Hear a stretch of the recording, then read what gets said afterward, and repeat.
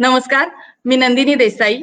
अर्धा तास लेखकाचा खास या आर्ट सर्कलच्या उपक्रमाच्या 30 वाचन वसा या उपक्रमाच्या अर्धा तास लेखकाचा खास या सदरामध्ये सर्वांचं हार्दिक स्वागत. आजची कथा होती गणेश मतकरींची रिंग. कदाचित इमॅजिनरी या पुस्तकामधील ही कथा आपल्या समोर सादर केली होती अजिंक्य केसरकर याने. मी अजिंक्य आपल्याला लवकरच जॉईन होतोय.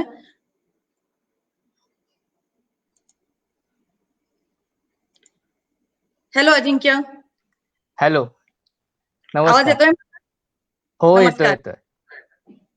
कसं वाटलं तुला आजचं अभिवाचन? अनुभव कसा होता तुझा अभिवाचनाचा हा? खरं सांगायचं तर खूप छान होता. माझ्यासाठी हा नवीन अनुभव होता या पद्धतीने अभिवाचन करण्याचा. याआधी मी या पद्धतीने अभिवाचन केलं नव्हतं. खूप मजा आली करताना पण. आणि एवढ्या मोठ्या प्लॅटफॉर्मवर करताना खूप बरं वाटलं खूप. आणि त्यात मुळात आधी मला प्रेशर हा होता की नितीन दादांनी सांगितलेलं की गणेश मतकरी सरांची तुला ही कथा वाचायची आहे. त्यामुळे मला खूप आधी भीती वाटत होती आपल्याकडनं ते होईल का वगैरे. पण तुमच्या सगळ्यांच्या सहकार्याने झालं. नाही, खरंच खूप छान वाचलीस तू. मतकरी सर पण आपल्याला जॉईन होत आहेत थोड्याच वेळामध्ये. हा.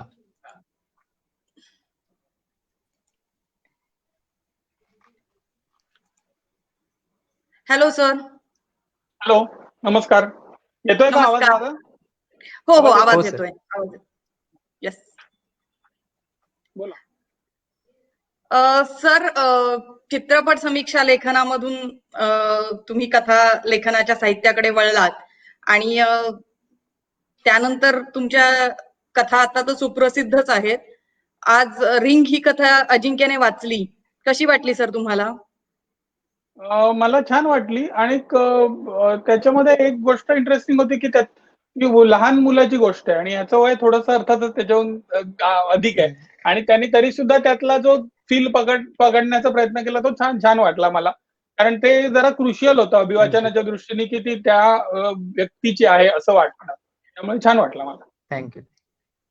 Thank you so much sir. Ajinkya, तुला आज छान पावती मिळालेली आहे सरांकडून. थँक्यू. सर, अर्धा तास लेखकाचा खास या सदरामध्ये आम्ही लेखकांकडून जे जाणून घ्यायचा प्रयत्न करतो की पहिली गोष्ट म्हणजे त्यांची लेखन प्रक्रिया कशी असते.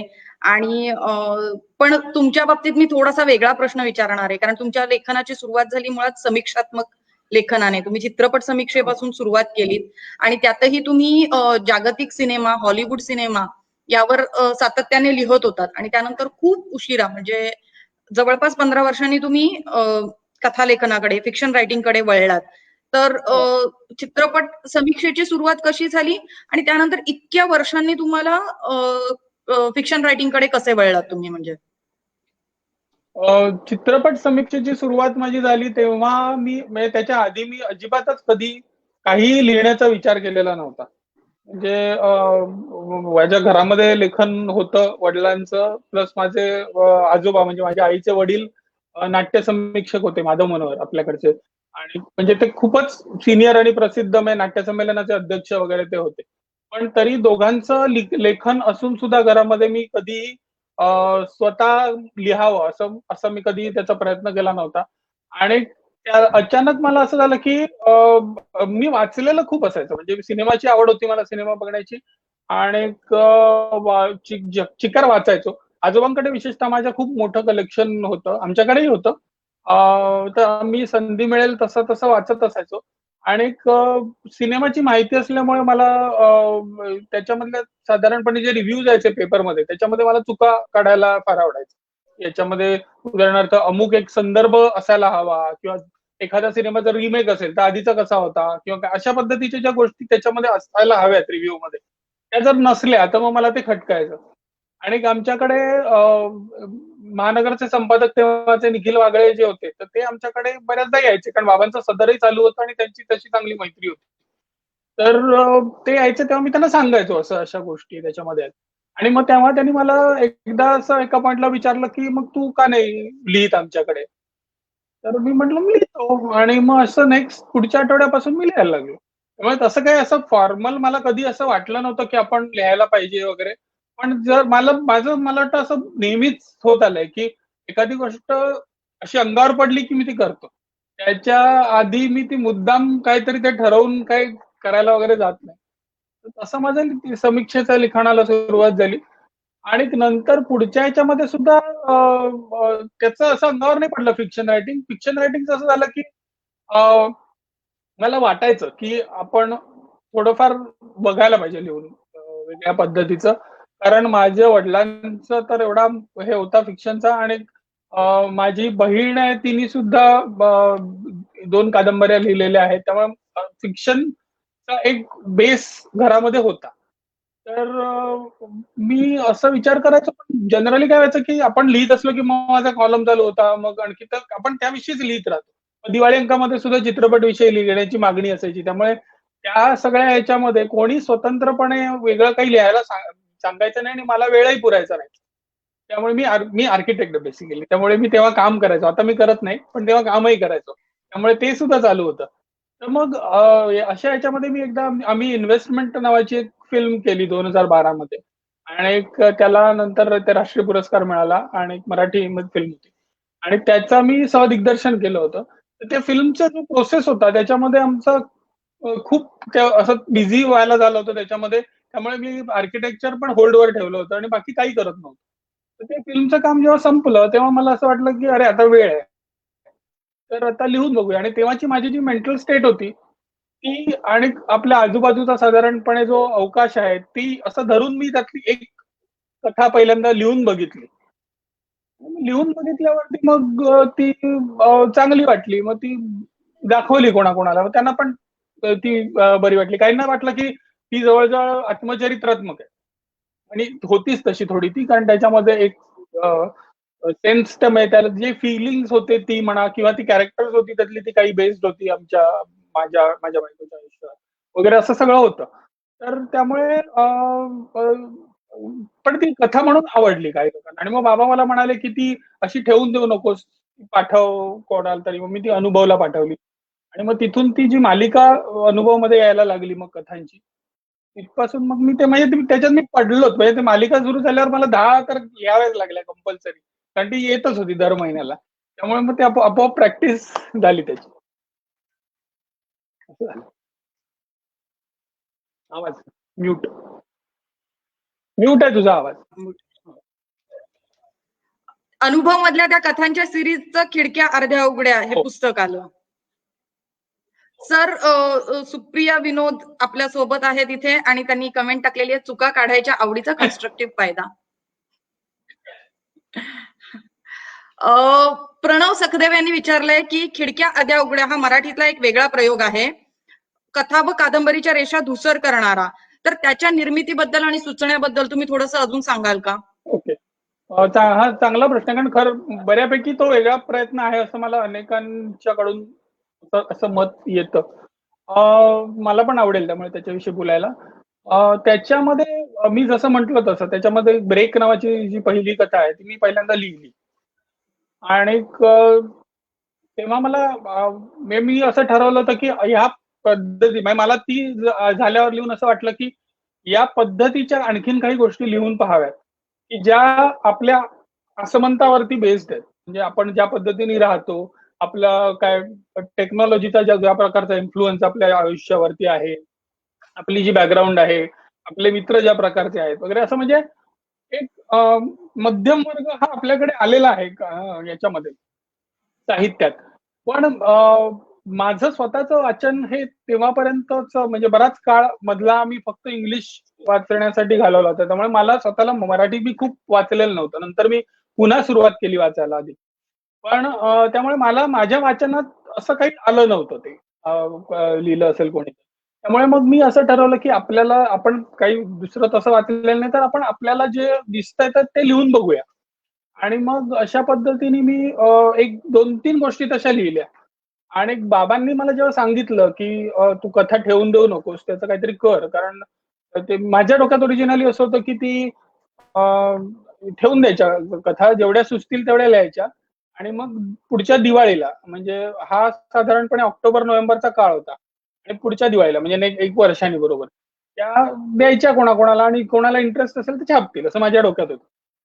तर बाबा म्हणाले एवढे दिवस ठेवू नकोस, कारण त्या ठेवल्या तर एकतर त्याचा जर्म कोणीतरी वापरण्याची शक्यता असते, म्हणजे ऑटोमॅटिकली दुसऱ्या कोणाला जर सुचली तर आपलं फुकट जातं लिहिलेलं. आणि त्या जर ठेवून दिल्यास तर तू लिहिणार नाही जास्ती, म्हणजे त्या कुठेतरी आल्या तर तुला त्याच्यामधून एनकरेज मिळेल आणि तू लिहिशील. तर मी म्हटलं असं पण आता मासिकं कुठे आहेत एवढी, कारण अशी काही मेजरली मासिकं आपल्याकडे सध्या नाहीयेत, दिवाळी अंकच खरे असतात. तर ते म्हणाले अनुभव आहे, अनुभवला विचार, त्यांना इंटरेस्ट आहे. तर मग मी सुहास कुलकर्णींना फोन केला, भावाकडनं नंबर घेऊन. तर ते म्हणाले की पाठव गोष्ट, बघतो मी. आणि तर मी त्यांना पाठवली जेव्हा गोष्ट, तर तेव्हा मला म्हणाले, तेव्हा मी असं लिहिलं त्यांना की मला असं एक वाटतं की याच्यामधून एक मालिकेसारखं सुद्धा होऊ शकतं, की लिंक असतील साधारण गोष्टी, पण त्याच्यामध्ये अशी गोष्ट कादंबरीसारखी पुढे नाही जाणार, पण त्याच्यामध्ये काही इंटरलिंक्स असतील किंवा काही कॉमन प्रसंग असतील, अशा पद्धतीची माझ्या डोळ्यासमोर एक मालिका येते की जी शहरी उच्च मध्यम वर्गात घडणारे कॅरेक्टर्स बद्दल आहे. तर ते मला म्हणाले की तू मला 3 कथा लिहून दाखवशील का? मी म्हटलं बरं. आणि मग मी 2 कथा लगेच लिहिल्या आणि त्या पूर्ण केल्या आणि त्यांना पाठवून दिल्या. आणि त्या क्रमाने नव्हत्या, म्हणजे पुस्तकामध्ये ज्या क्रमाने त्या आहेत तशा नव्हत्या. ती 1ली आणि 4थी 5वी असं काहीतरी ते होतं. तर ते मी त्यांना म्हटलं की माझ्या डोक्यामध्ये लिंक्स आहेत त्यांच्या, पण तुम्ही बघा साधारण या पद्धतीच्या कथा असतील. तर त्यांना ते आवडल्या कथा. आणि मग ते म्हणाले की तुझी जर तयारी असेल, तू जर लिहू शकणार असशील दर महिन्याला एक, तर आपण मालिका सुरू करूया 1 वर्षभर 10 कथांची. तर मी म्हटलं बरं करूया. मग मी लिहायला लागलो. तर त्याच्यामध्ये जनरली असं होतं की मला त्याच्यात सुरू केली तेव्हा अजिबात होल पिक्चर डोळ्यासमोर नव्हतं. आणि काही काही कॅरेक्टर्स होती, काही काही लिंक्स दिसत होत्या. पण साधारणपणे म्हणजे 3रा महिना फेब्रुवारीमध्ये झालं जेव्हा, तेव्हा मी त्यांना 4 कथा काहीतरी त्यांच्याकडे दिलेल्या होत्या. 2 छापून आल्या होत्या. तेव्हा मला त्यांच्याकडून अशी विचारणा झाली. त्याचं जे लेआउटचं श्याम देशपांडे काम करत होते. तर ते त्यांनी नंतर कव्हर केलं खंडीचं. तर त्यांनी मला विचारलं, की "तुझ्या डोळ्यासमोर काय आहे? याचं पुढे काय होणार आहे? म्हणजे ते कुठे शेवटी कुठे जाणार आहे?" कारण ते फोटो मोन्टाज सारखं ते डिझाइन करायचे त्याचा लेआउट दरवेळेस. आणि ते अधिक कॉम्प्लेक्स करणं किंवा ते त्यांना त्या याच्यावर ग्राफवरती बेस करायचं होतं. तर मी म्हटलं, "मला नाही माहिती कुठे जाणार आहे." आणि ते म्हणाले, की मी त्यांना एवढंच सांगितलं, की पहिला जो नॅरेटर आहे तोच शेवटच्या कथेचा नॅरेटर असेल आणि पहिल्यामध्ये जे रिलेशनशिप जी राहते का जाते असं झालंय, त्याच्याबद्दल काहीतरी कमेंट शेवटच्या भागात असेल. एवढं मी त्यांना सांगितलं. आणि एवढं माझ्या डोळ्यासमोर होतं आधीपासून. आणि मग जेव्हा 6 गोष्टी त्याच्या पुऱ्या झाल्या, तर ती एकेका याच्यापासून एकेका निवेदकापासून दर ह्याला त्याचा प्रथम पुरुषी निवेदनातून ती सांगितली जाते आणि मग त्याच्यामध्ये लिंक्स आहेत. तर ते जेव्हा माझ्या त्यातली 6वी कथा जेव्हा डोळ्यासमोर आली, की त्याच्यामधला सेंट्रल क्रायसिस जो त्याच्या कथेमध्ये येतो, तो जेव्हा सापडला मला. आणि माझा बऱ्याच वेळा माझं असं होतं, की मी सुरुवात लिहायला करतो तेव्हा अ, असं अख्खं ठरवत नाही, काय होणार आहे कथेमध्ये किंवा काय. मला काहीतरी एक प्रसंग दिसतो, एखादं वाक्य दिसतं. असं काहीतरी किंवा एखाद्या ह्याच्या खिडक्याच केस मला त्याच्यामधले कॅरेक्टर्स कुठल्या कॅरेक्टरबद्दल बोलायचंय हे दिसायचं मेजरली. तर तसं त्याच्यावरून सुरू व्हायचं आणि मग त्याचं पुढे काय व्हायचं ते आपोआप व्हायचं. म्हणजे त्याच्यामध्ये मी काही असं ठरवून कुठेच त्याचं हे केलं नाही. आणि त्याच्यामध्ये असंही झालंय, म्हणजे आता उदाहरणार्थ त्याच्यामध्ये जी त्यातला क्लायमॅक्स असलेली गोष्ट म्हणजे 9वी त्याच्यामधली आहे. त्याच्यामध्ये त्याचा क्लायमॅक्स असल्यासारखं आहे आणि 10वी गोष्ट ही एपिलॉग असल्यासारखी. तर ती 9वी जेव्हा गोष्ट मी लिहायला लागलो, तेव्हा मला असं वाटायला लागलं, की नाही हे काही खरं नाही. म्हणजे मी वेगळ्या कॅरेक्टरच्या दृष्टिकोनातून लिहित होतो. आणि मी ती अर्धी लिहायचो आणि ती थांबायचीच, म्हणजे त्याचं पुढे काही व्हायचंच नाही. आणि मग मी ते जेव्हा कॅरेक्टर बदललं, प्रसंग तेच होते म्हणजे त्याच सिच्युएशनमध्ये, पण ते कॅरेक्टर बदललं. त्यामुळे ती आपोआप लिहिली गेली. आणि तसंच शेवटची 10वी लिहिताना सुद्धा माझं असं झालं, की मला त्याच्यामध्ये माझ्या डोक्यात असं होतं, की सगळ्या कथा साधारण 1 महिन्याच्या कालावधीत घडतील, असं पण माझ्या डोक्यात होतं. आणि त्याप्रमाणे त्या घडतात. म्हणजे 1 ते 9 कथा या 1 महिन्याच्या कालावधीत घडतात. त्याच्यात पहिल्या कथेत असा उल्लेख आहे, की त्याच्यामधलं जे सानिका म्हणून कॅरेक्टर आहे, त्याला 1 महिन्यानंतर ते जाणार आहे अमेरिकेला. आणि त्याला काळजी आहे, त्यातलं जे सुश्रुतचं जे कॅरेक्टर आहे, त्याला अशी काळजी वाटते, की ती गेली तर आपलं रिलेशनशिप आपली ब्रेक होईल. आणि ती ब्रेक होते किंवा नाही होत ह्याच्यावरती शेवट असं माझ्या डोक्यामध्ये ते होतं सुरुवातीला. पण तसं मी करायला गेलो तर पुन्हा ती लिहिली जाईना आणि मग मला त्याच्यामध्ये असं वाटलं की त्याच्यात त्याला स्पेस पाहिजे म्हणून मी ती 2 वर्षानंतर पुढची 10वी कथा ही 2 वर्षानंतर आहे. कारण ती एपिलॉग असल्यासारखी मी म्हटलं तर. त्यामुळे मला तो जो 2 वर्षाचा स्पॅन सुचला की तिथे 2 वर्ष गेली मध्ये, तिथे ती कथा सुचली. त्यामुळे त्याचं ते असं आपोआप होतं सगळं.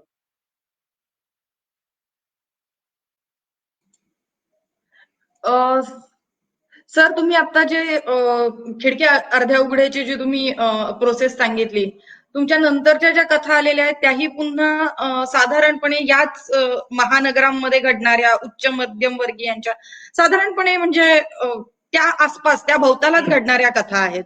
हो. रिंग कथा पण त्याच ह्याच्यामध्ये घडणारी आहे. ती त्या पण मला तुमची आवडलेली सगळ्यात आवडलेली कथा इन्स्टॉलेशन्स आहे. कारण ती फार क्वर्की आहे कथा. ती घडतानाही वेगळीच घडते, त्याचं लेखनही एक वेगळ्या प्रतलावर सुरू होतं. त्या कथेबद्दल थोडंसं सांगू शकाल प्लीज? इन्स्टॉलेशन्स मध्ये मला वाटतं माझ्या काही कथांमध्ये थोडासा गुढाचा जर्म आहे. म्हणजे त्या गुढकथा नाहीत. पण त्यांच्यामध्ये गुढाचा जर्म असल्यासारखं म्हणजे बाबा म्हणाले होते इन्स्टॉलेशन्स वाचली तेव्हा की ती माझ्या कथेच्या जवळ जाते पण मी ती तू संपवलीस त्याच्या 2 पानं आधी संपवली आणि मी ती आणखीन 2 पानं पुढे लिहिली.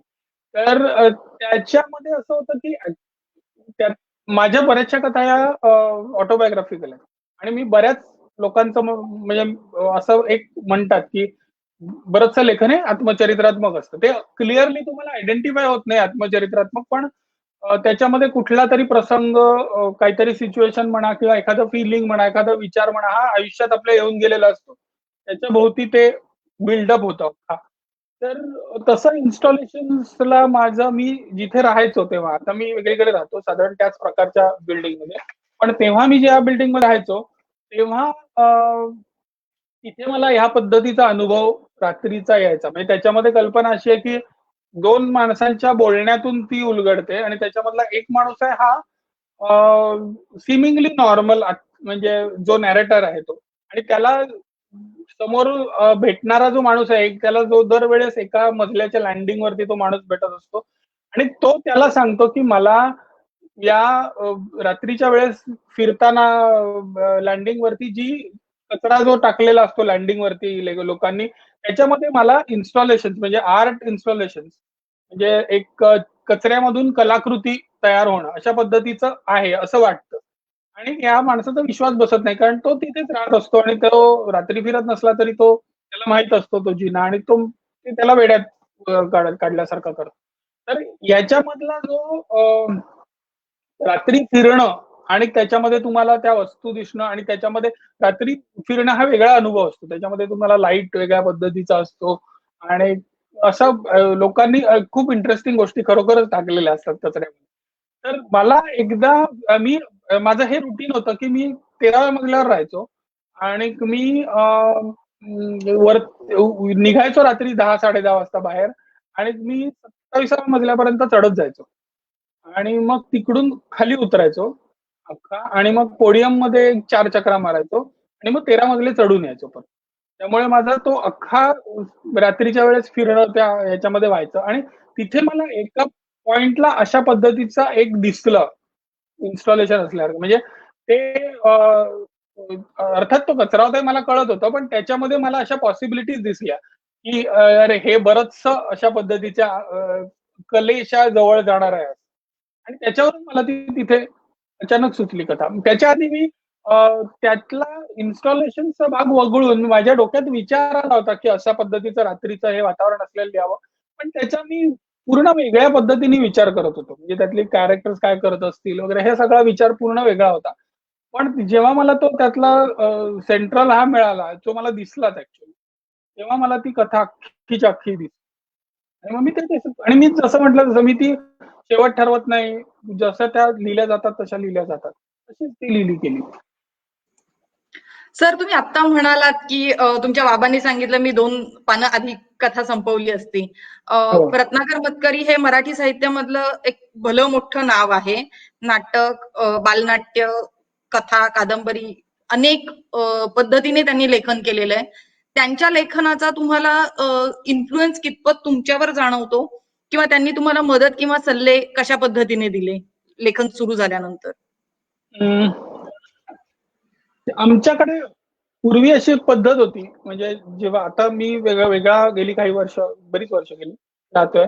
पण जेव्हा मी राहायचो दादरला, तेव्हा दादरला म्हणजे माझ्या आई-वडिलांच्या घरी, तेव्हा आमच्याकडे अशी एक पद्धत होती, की बाबा त्यांनी लिहिलेलं सगळं वाचून दाखवायचे. आणि सगळं म्हणजे कथा, नाटकं, जे काही लिहितील ते सगळं, लेख. आणि ते आम्ही त्याच्यावरती नंतर डिस्कशन्स व्हायचे. आणि नाटकं असतील तर त्याची अनेक मल्टिपल रिडिंग्स व्हायची, कारण त्यात ते पहिले आईसाठी वाचायचे, मग आमच्यासाठी वाचायचे. मग जर दिग्दर्शकांसाठी वाचलं जायचं, निर्मात्यांसाठी वाचलं जायचं, असे वेगळे त्याची रिडिंग्स व्हायची. कथा, लेख साधारण आमच्यासाठीच वाचले. तर मी जेव्हा सुरुवात केली लिहायला समीक्षापर लेख, तेव्हा मी दादरला होतो अर्थात. आणि त्यावेळेस मग मी त्याची पण अशी वाचनं व्हायची. आणि मग त्याच्यामध्ये जनरली बोलता ज्या पद्धतीचे प्रॅक्टिकल काही त्यांना सजेशन्स वाटल्या, किंवा काही वेळा ते मला आता एक उदाहरण द्यायचं तर मला त्यांनी इंग्लिश शब्द कमी वापर, हे एक त्यांचं ह्याच्यामध्ये सल्ला होता. तो मला साहित्यात व्हॅलिड नाही वाटत, पण समीक्षा लेखनामध्ये तो काही प्रमाणात अधिक व्हॅलिड आहे. कारण साहित्यामध्ये ते जनरली तुम्ही वातावरण आणि नॅरेटर कोण आहे वगैरे अशा अनेक गोष्टी असतात. पण समीक्षा लेखन हे तुम्ही नेहमी त्रयस्थ दृष्टिकोनातून करता. त्यामुळे तिथे तो त्यांचा सल्ला व्हॅलिड होता. पण त्याच्यामध्ये मला थोडं माझं असं व्हायचं, की मला असं वाटायचं, की काही वेळा आपल्याला जे पहिल्यांदा जे शब्द डोक्यात येतात, ते काही वेळा खूप ॲक्युरेट असतात. आणि तुम्ही जेव्हा ते ट्रान्सलेट करायला जाता, जर इंग्लिश शब्द पहिल्यांदा डोक्यात आला असेल, तर त्याचं काही ना काही अशी एक त्याच्यामध्ये हिंट असते, की जी ट्रान्सलेट होत नाही. आणि ती करायला गेलात तुम्ही ट्रान्सलेट, तर ते कृत्रिम होतं. आता याचं एक हे म्हणजे हे जरा टोकाचं एक्स्ट्रीम उदाहरण आहे थोडं, की मला एकदा मेटाफिजिकल हा शब्द वापरायचा होता त्याच्यामध्ये. तर मी माझ्या एका प्राध्यापक मित्राला विचारलं, की मराठीमध्ये मेटाफिजिकल वापरायचा तर काय लिहू? तर तो मला म्हणाला, अधिभौतिकी असा लिहू. तर मी म्हटलं, अधिभौतिकी हा शब्द कोणाला कळणार आहे? म्हटलं मलाच आधी हा शब्द माहित नव्हता. तर त्याच्यामुळे मला म्हटलं, मी मेटाफिजिकल म्हटलं, की मला कळतो त्याचा अर्थ. त्याचा अगदी टेक्निकल अर्थ माहित नसेल. तर मी म्हटलं, की नाही, आपण I should continue doing that. त्यामुळे पण त्यांचा जनरली इन्सिस्टन्स असायचा, की निदान जेव्हा सोपे शब्द असतील, सोपा अल्टरनेटिव्ह असेल, कठीण असेल तेव्हा सोड, किंवा स्पेसिफिक अर्थ हवा असेल तेव्हा सोड. पण जनरली जेव्हा शक्य असेल तेव्हा आणि सोपे ऑप्शन्स उपलब्ध असतील तेव्हा ते वापरायचं एक हे ठेव. अशा पद्धतीचे त्यांचे असायचे. नंतर मी मगाशी जे सांगितलं, की कथेच्या वेळेस ते मला म्हणाले, की घरी ठेवू नकोस, ते दे. त्यामुळे तर हा एक प्रॅक्टिकल पद्धतीचा होता. त्यांचं नेहमी असं होतं, की ते सोल्युशन्स त्यांना शोधायचे असायचे. म्हणजे त्यांना अ, अ, पटकन सुचायचं, की काम पुढे जाण्यासाठी काय करायला लागेल. आणि ते केलं नाही तर ते स्टॅग्नेट होईल. तर ह्या दृष्टीने ते प्रॅक्टिकल ॲडवाईस अशा पद्धतीचे खूप द्यायचे, की ज्याच्यामुळे तुमचं काम अडकून राहणार नाही. हे नाही आलं तर ते अमुक, ह्याच्याऐवजी अमुक करता येईल, किंवा तर त्याच्यामुळे त्यामुळे जवळ-जवळ त्यांनी ते जर मला सांगितलं नसतं अनुभवला पाठव, तर कदाचित मी पुढे एवढ्या पद्धतीचे लिहूच शकलो नसतो. कारण ते मी 2-3 लिहून कंटाळलो असतो आणि पुन्हा सिनेमाविषयी लिहिण्याकडे वळलो असतो. अशी शक्यता आहे. तर त्यामुळे हा एक त्यांचा मोठा होता. नंतर काही वेळा त्यांचं असं त्यांचं होतं, हे होते, की तू तपशील फार लिहितोस. घटना त्या मानाने कमी असतात कथांमध्ये, आणि त्याच्यामध्ये डिटेलिंग खूप जास्त असतं त्याच्या. तर त्याच्यामध्ये पण त्यांनी असं कधी केलं नाही, की ते चुकीचं आहे असं नाही म्हणायचं. ते त्यांचं निरीक्षण असायचं, आणि ते तुम्ही घ्यावं किंवा न घ्यावं. म्हणजे त्याच्यावरती त्यांचं असं काही नसायचं, की हे असं करायलाच पाहिजे, माझा एवढा अनुभव आहे म्हणून मी सांगतो. असं काही नसायचं. त्यांचं मी ऐकायचो आणि सोडून द्यायचो. तसं मी ते सोडून दिलं. पण त्याच्यामध्ये त्यांचं हे होतं, की घटना अधिक आल्या म्हणजे त्यांच्या कथांमध्ये ते आहे, की थोडक्यात त्यांचे आपण वाचलेल्या गूढकथा वगैरे तर लक्षात येईल, की थोडक्यात याच्यामध्ये त्यांचं वर्णन खूप इलॅबोरेट उभं ते करू शकायचे थोडक्या वाक्यामध्ये, आणि घटनांना प्राधान्य त्याच्यामध्ये बरंचसं असायचं.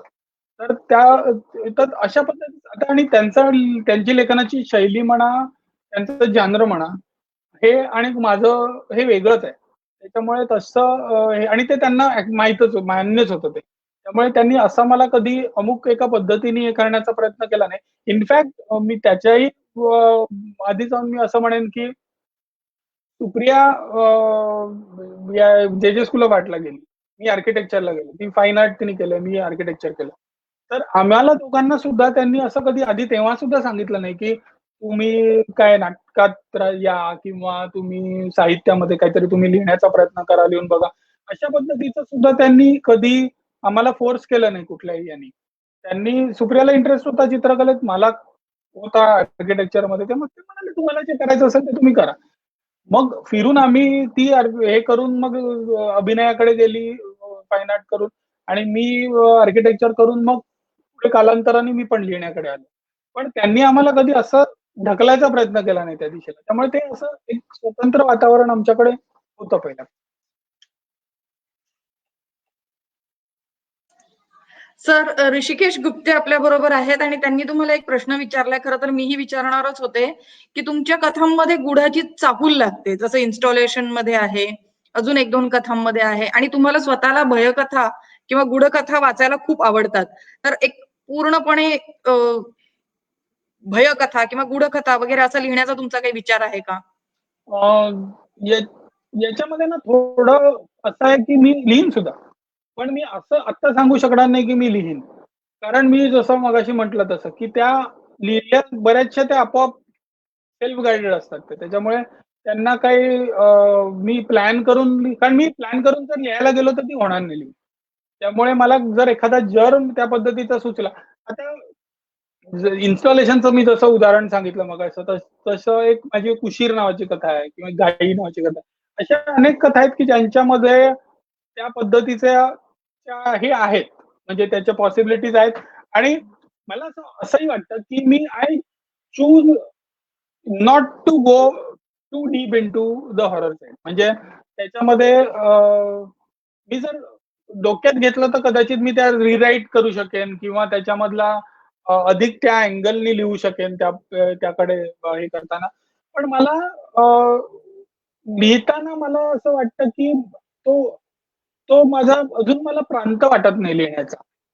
आणि जर मला तसं वाटलं किंवा मला त्याच्यामध्ये ऑब्व्हियसली काही पॉसिबिलिटीज दिसल्या, की ज्या हार्डकोर पद्धतीचं काही त्याच्यामध्ये होऊ शकेल, तर मी जरूर करेन. म्हणजे मला त्याच्यामध्ये मला हा अत्यंत माझा आवडता जॉनर आहे आणि त्यामुळे मी जरूर तसं काही शक्य झालं तर लिहीन. पण अजून मी तिथपर्यंत पोहोचलो नाही. मला जसं आधी मी म्हटलं तसं, की मी एका पॉइंटला येऊन माझं एखादा समीक्षेचं कसं आलं, की एकदम लिहायला लागलो. एकदम सम फिक्शन लिहायला लागलो. तसं कधीतरी मला वाटेल सुद्धा, की एकदम लिहावं. असं झालं तर वेल अँड गुड. पण काही सांगता येणार नाही. सर, अजून एक कथांच्या सुचण्याबद्दलच एक प्रश्न आहे. कदाचित इमॅजिनरी मधील कपाट ही कथा तुम्हाला कशी सुचली? कदाचित इमॅजिनरी मधलं जे कपाट आहे ते खरं कपाट आहे. म्हणजे त्याच्यामध्ये ज्यांना माहित नसेल कथा त्यांच्यासाठी थोडक्यात सांगायचं तर त्याची थीम अशी आहे, की त्यातला जो मुलगा आहे हा एका मोठ्या साहित्यिकाचा मुलगा आहे आणि तो स्वतः म्हणजे त्याचा काही साहित्याशी संबंध नाही. आणि त्याचे वडील मोठे साहित्यिक होते आणि त्या वडिलांच्या घरात एक मोठं कपाट होतं घरामध्ये. आणि त्या म्हणजे ते घरामधला एक मोठा सेंट्रल फीचर असल्यासारखं कपाट होतं. आणि ते त्याला आता काढून टाकायचंय. वडील वारलेले आहेत आणि आता त्याला ते कपाट काढून टाकायचंय आणि मग त्याच्या काय दृष्टीने तो पुढे अशी ती डेव्हलप होते पुढे. तर ते जे कपाट आहे ते माझे आजोबा जे होते, माधव मनोहर त्यांच्या घरी असं कपाट होतं खरोखर. आणि ते मला अत्यंत आकर्षण त्या कपाटाचं लहानपणापासून खूप होतं. आणि ज्या काही लोकांना त्या कपाटातून पुस्तकं काढणे आणि नेण्याचं मुक्त हे होतं, परवानगी होती, त्याच्यातला मी एक होतो. मी जरी लहान असलो खूप तरी. आणि माझी मावशी एक पुण्याची विद्यामावशी म्हणून आहे, ती असे 3-4 जण होते, की ज्यांना जे होऊन त्याचं काही करू शकायचं तिकडे. आणि त्याच्यामध्ये खूप इंग्लिश पुस्तकांचं खूप मोठं कलेक्शन होतं. मराठी नाटकांचं खूप मोठं होतं. अनेक मराठी पुस्तकं होती, कविता संग्रह होते, असं खूप प्रचंड कलेक्शन होतं. आणि ते लिव्हिंग रूम आणि बेडरूम असं मिळून होतं. म्हणजे दोन यांची एक एक वॉल त्यांनी पूर्ण व्यापलेली होती. आणि तर ते माझ्या डोक्यामध्ये म्हणजे त्या घराची आयडेंटिटी माझ्या आजोबांच्या जी होती ती जवळजवळ ती त्या ते कपाट ही ती आयडेंटिटी असल्यासारखी होती. पुढे ते कपाट नंतर ते गेल्यावरती नंतर काढून टाकलं, तेव्हा माझ्या दृष्टीने ते संपलं, आयडेंटिटी त्या घराची गेली. तर ते कपाट ते आहे त्या गोष्टीमध्ये जे आहे ते. आणि त्याचे आणखीन काही काही संदर्भ म्हणजे त्याच्यामध्ये एक उदाहरण आहे शेवटी, की ते एक जवळची एक लायब्ररी छोटेखानी एक असं एक उदाहरण आहे. ती एक छोटेखानी खरंच तिथे लायब्ररी शेजारी होती जवळपास. तर असे काही काही संदर्भ त्याच्यामध्ये आहेत.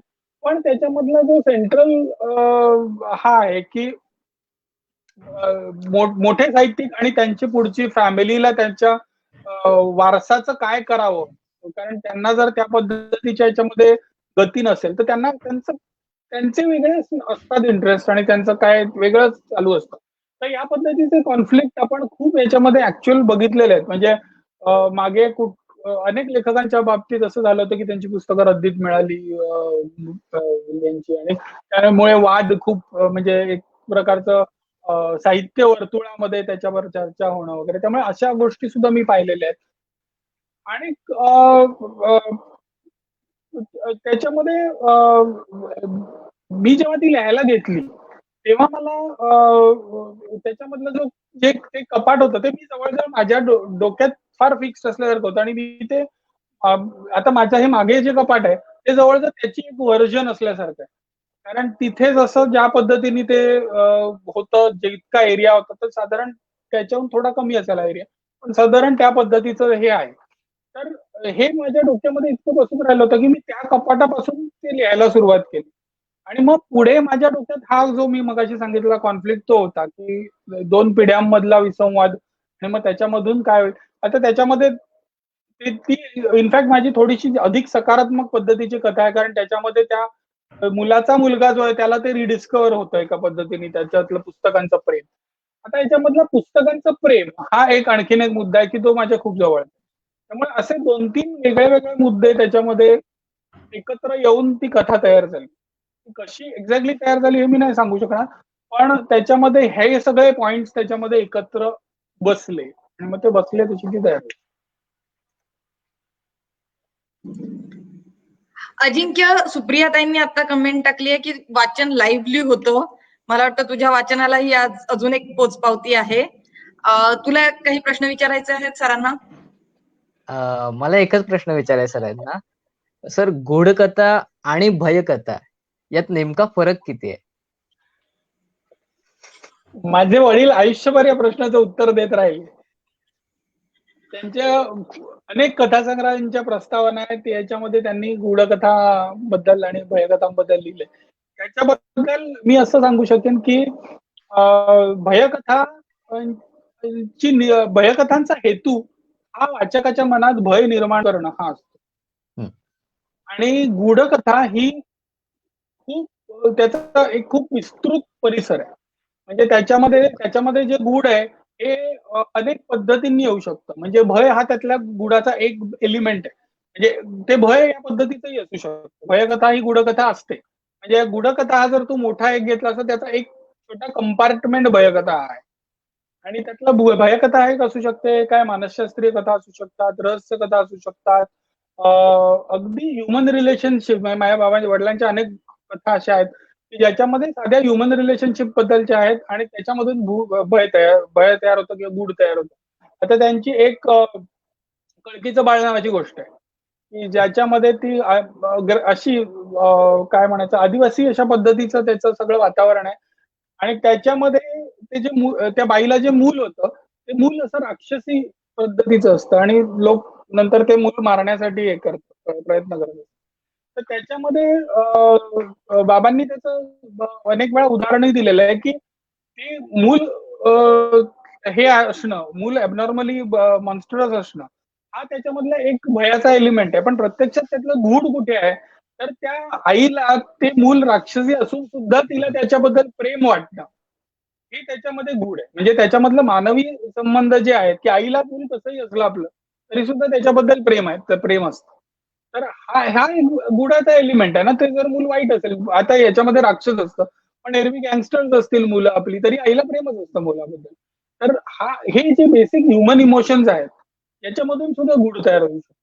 म्हणजे थोडक्यात सांगायचं तर अनेक कथा म्हणजे आपल्याकडे सुद्धा अनेक मोठ्या लेखकांनी जी. ए. कुलकर्णी म्हणा किंवा अनेक मोठ्या लेखकांनी लिहिलेल्या अशा कथा आहेत की ज्या तुम्ही गूढकथा या कॅटेगरीमध्ये आणू शकता.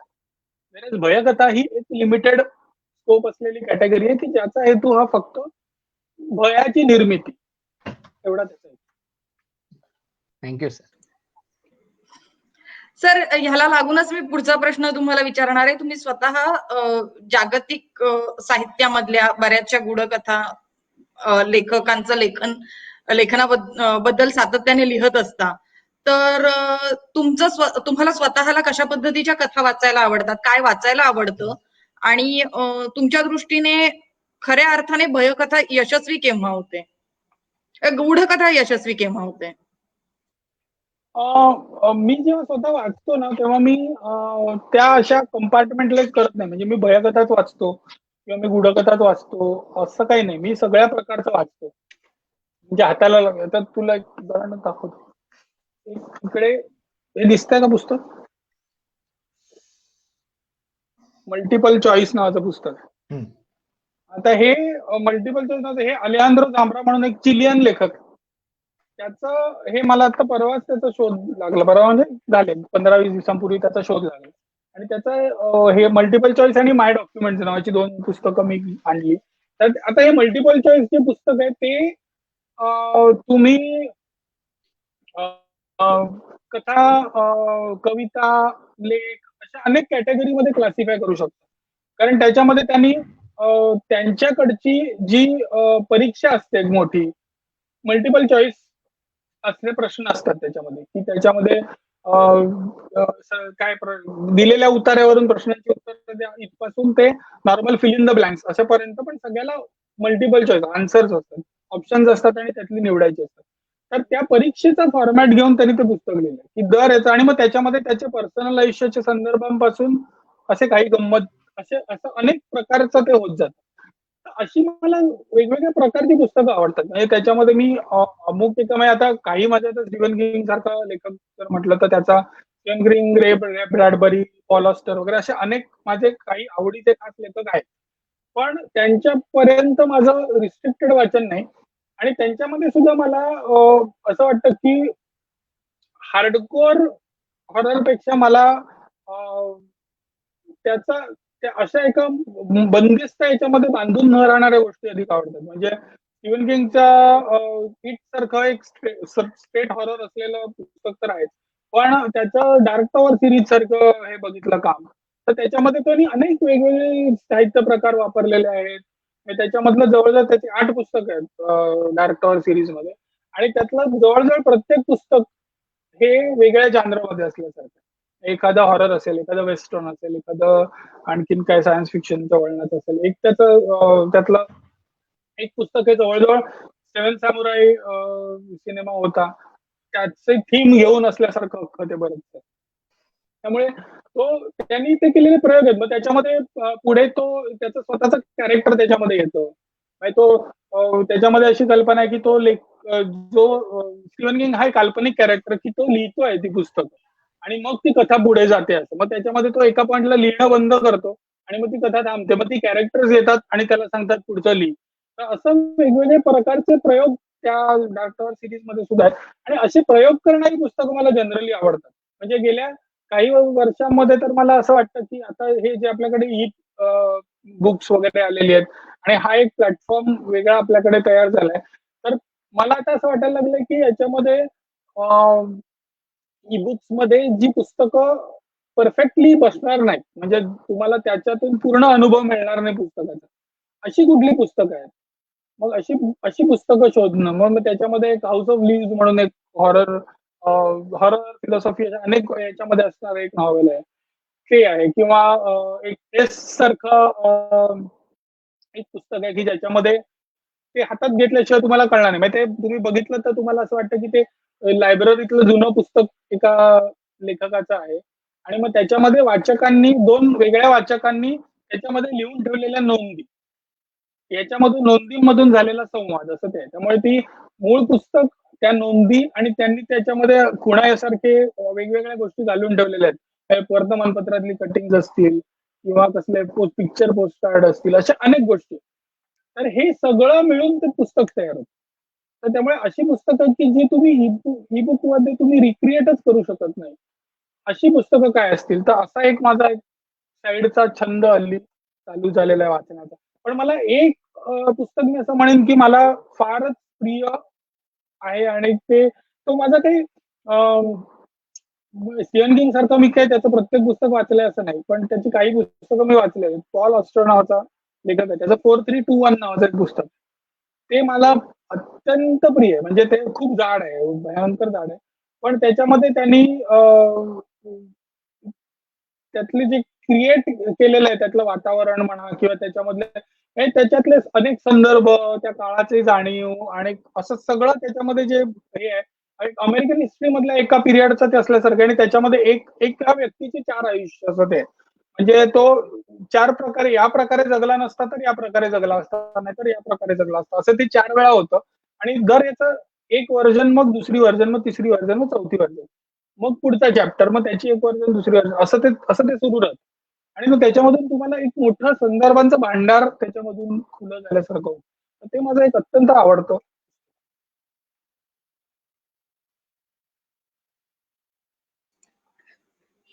सर, तुमच्या पुस्तकांची आवड खरं तर आम्हाला स्क्रीनवर दिसतीये. पाठीमागे पुस्तकं आहेत प्रचंड, आणि तुम्ही वारंवार त्याबद्दल लिहिताही. मी आता पुढचा प्रश्न तुम्हाला जो विचारणार आहे तो आहे मतकरी सरांच्या एका नाटकाबद्दल. आरण्यक हे नाटक काही वर्षांपूर्वी रत्नागिरीमध्ये आलं होतं आणि आम्ही सगळे बघायला गेलो होतो. आणि प्रचंड आवडलं नाटक, कारण त्याची एक वेगळी भाषा आहे, त्याला एक फ्लो आहे, आणि नाट्यानुभव पण त्याचा खूप वेगळा आहे. म्हणजे सर्वसाधारण पद्धतीने ते नाटक चालत नाही. त्या नाटकाबद्दल तुम्ही थोडंसं सांगाल का? ते नाटक जेव्हा आलं मुळात, तेव्हा मी काहीतरी 3 वर्षाचा वगैरे असेल, मला वाटतं असं काहीतरी होतं. आणि 73-74 ला आलं होतं. माझा 71चा जन्म, त्यामुळे मी असा 3-4 वर्षाचा होतो. आणि तेव्हा त्याच्यामधला एक युयुत्सू नावाचा त्याच्यामध्ये कॅरेक्टर आहे. तर त्या युयुत्सूचं जे कॅरेक्टरचे संवाद होते ते मला संपूर्ण पाठ होते.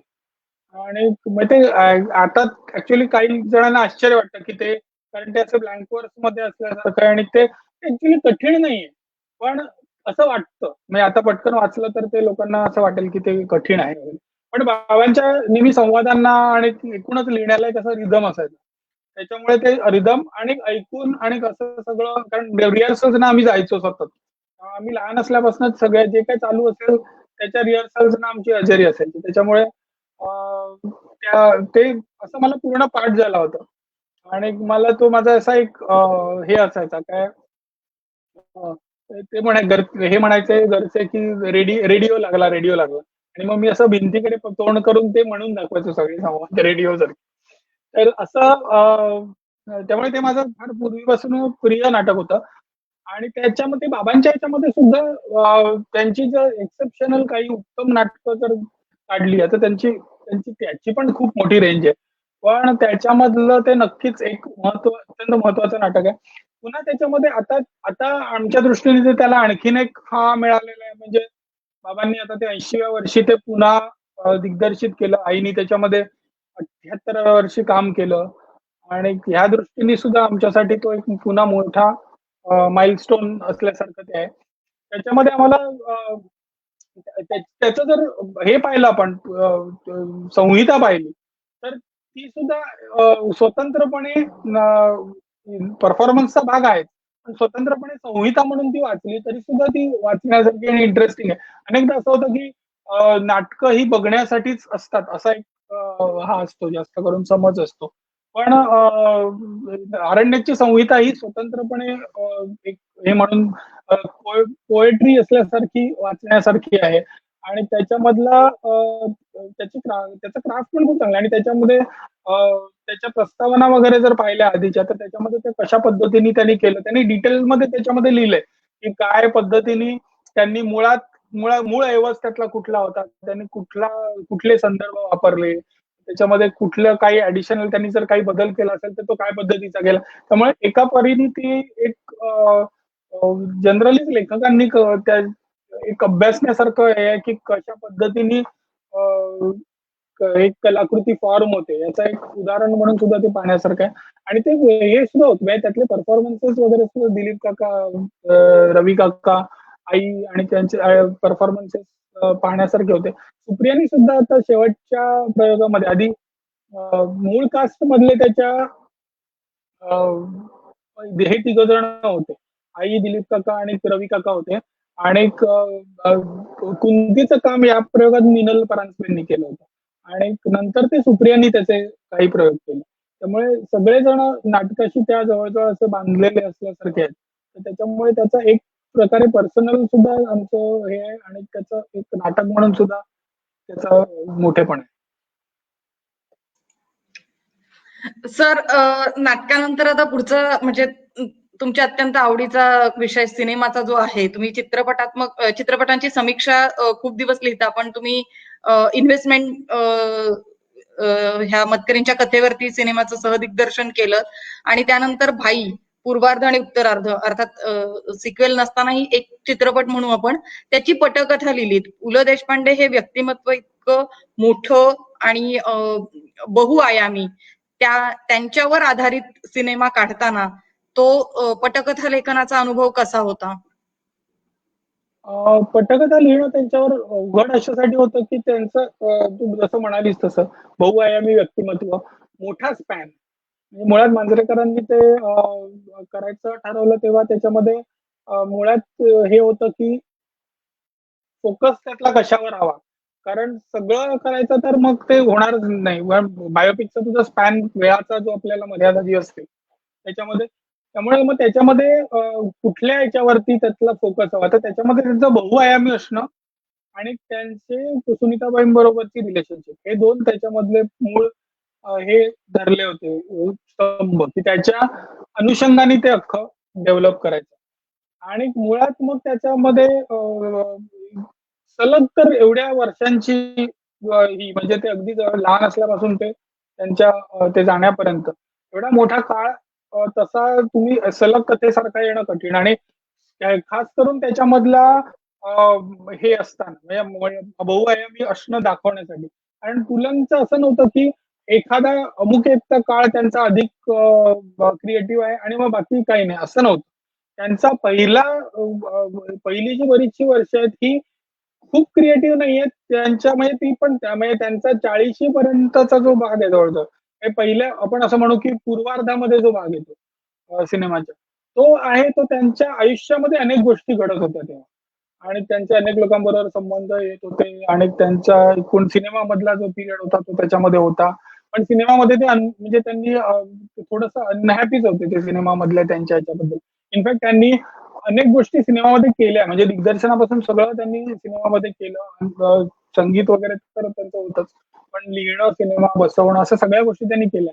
पण तरी सुद्धा त्यांचा एक अनहॅपीनेसचा काळ सिनेमामध्ये होता आणि नंतर ते बाहेर पडून मग त्यांचं पुढच्या याच्यामध्ये नाटकामध्ये त्यांना खरं मोठं उत्तुंग यश त्यांना नाटकाच्या याच्यामध्ये मिळालं. तर त्यामुळे एका वेळेस त्यांचं एकच गोष्ट चालायची, असं नव्हतं की एका वेळेस ते सगळं करत होते. तर त्यामुळे मग सगळं जर आपल्याला घ्यायचं असेल तर मग त्याच्यामध्ये त्याला सेगमेंट करणं भाग होतं. मग त्याच्यामुळे मध्ये ते एक फ्रेम स्ट्रक्चर त्यांच्या आत्ताच्या हॉस्पिटल मधलं फ्रेम हे वापरून मग त्याच्यामध्ये वेगवेगळे काळ वापरणं, त्याच्यामध्ये बाबांच्या संवाद लेखनाचा खूप हे झाला, फायदा झाला. कारण त्याच्यामध्ये मी सुरुवातीलाच म्हटलं होतं की मी तर लिहिणार नाही संवाद, कारण ते एक तर ते फुलं असले तरी ते काही कोटीबाज आपल्याला संवाद नको होते आणि ते गंभीरपणे लिहिलेले, पूर्वांना माहिती असलेल्या कोणीतरी लिहिलेले आणि पटण्यासारखे, त्यांना ह्युमन म्हणून उभं करणं असे ते हवे होते. त्यामुळे बाबांनी त्यांची 2 व्यक्ती आणि वल्ली आणि आसामीचं ऑलरेडी हे केलेलं होतं आणि त्यांचं पुलंची ओळख होती म्हणा, त्यांचा त्यांनी पाहिलेलं पुलंना चांगल्या पद्धतीने होतं, त्यामुळे त्यांना एक तो अनुभव होता. त्यांनी वाचलेलं तर अर्थातच होतं. त्यांनी मग सगळं बाबांनी परत वाचलं. आम्ही जसं वाचलं सुरुवातीला, मी आणि अमोल परचुरेंनी त्याचं सगळं अख्खं पुलं वाचून काढले त्याचं तयार करताना. मग बाबांनी इंडिपेंडेंटली त्यांच्या लायब्ररीतून आणून त्यांच्याकडे जे काय आहेत नाही ते संदर्भ सगळे वाचले आणि मग त्यांनी त्याचे संवाद केले. त्यामुळे संवादांचा त्याच्यामध्ये पण मोठा भाग आहे. आणि असं मांजरेकर म्हणाले की ही वेळाचं तुम्ही बघू नका. म्हणजे आपण असं नको की 2.5 तासाची फिल्म करायची म्हणून आपण कॉम्पॅक्ट करूया स्क्रीन प्ले, असं नको करायला.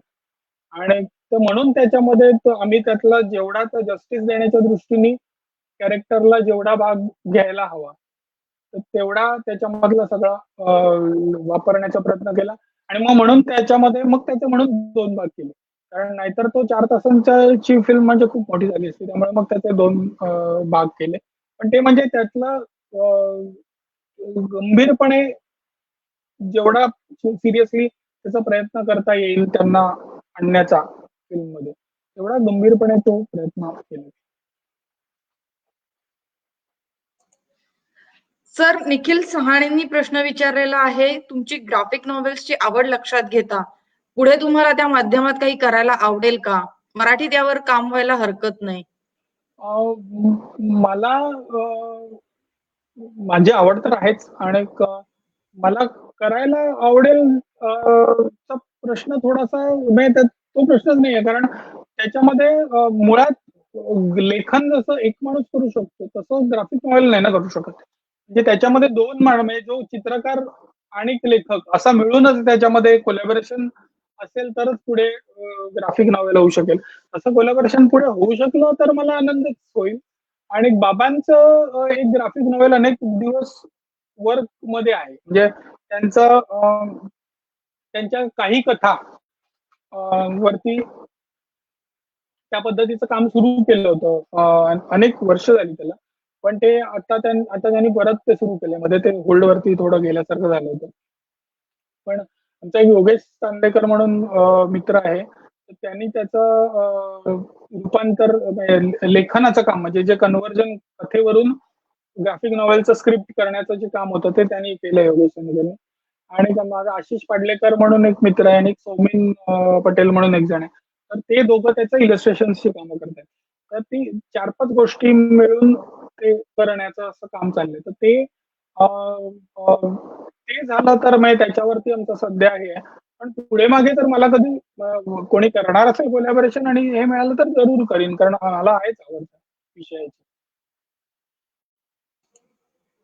तसं झालं तर आपल्याला मराठीमध्ये काहीतरी पुन्हा वेगळं वाचायला आणि बघायला दोन्ही मिळेल. एक वेगळं माध्यम. सर, आम्ही कायम म्हणतो अर्धा तास लेखकाचा खास, पण तो कधीच अर्धा तास नसतो, तो जास्तच होतो.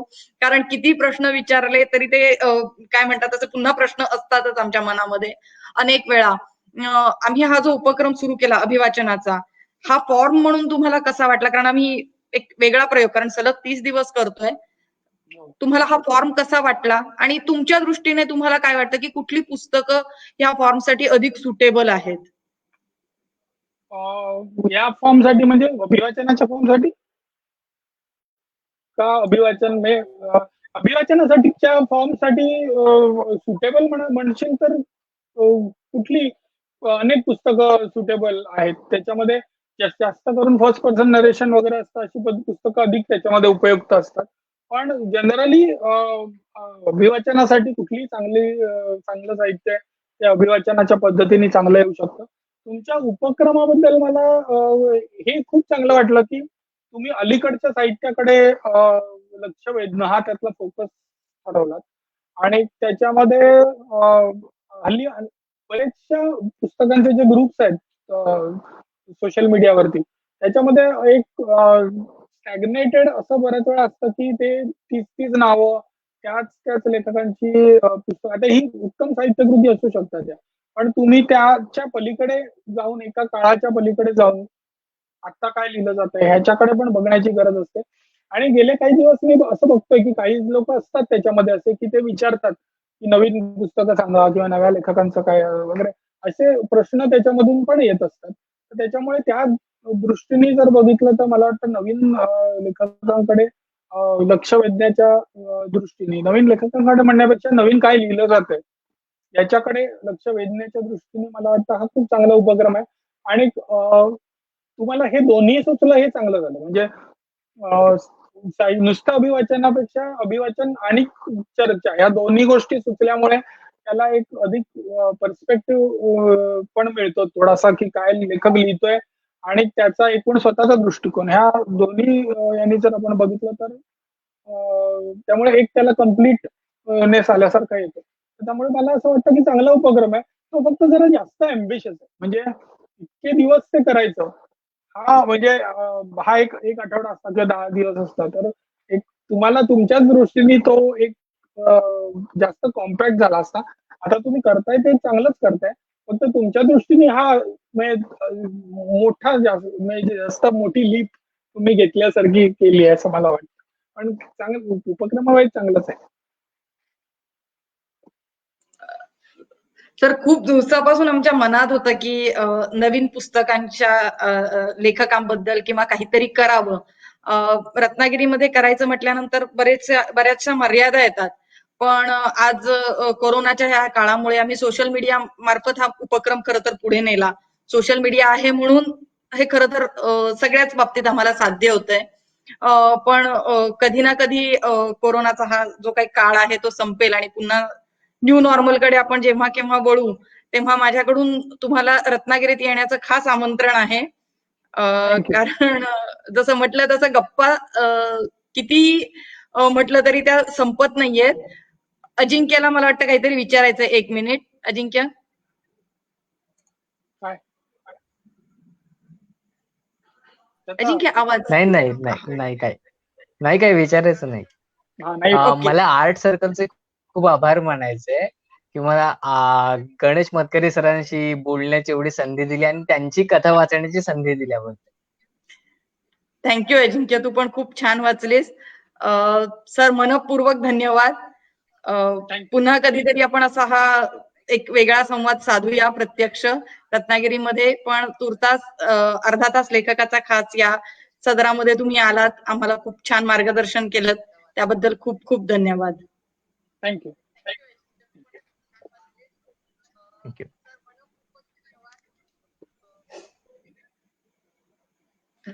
झालं? नाही आर्ट सर्कल रत्नागिरीच्या या नवीन उपक्रमामध्ये सर्व रसिक प्रेक्षक आम्हाला दररोज साथ देत आहेत, खूप छान कमेंट्स देत आहेत, खूप छान आम्हाला सूचना देत आहेत, प्रोत्साहन देत आहेत, त्याबद्दल त्या सर्वांचे खूप खूप धन्यवाद. आज आपण गणेश मतकरींची कथा वाचली. उद्या काहीतरी पुन्हा वेगळं नवीन घेऊन आम्ही येत आहोत. भेटूया पुन्हा उद्या 7 वाजता. धन्यवाद.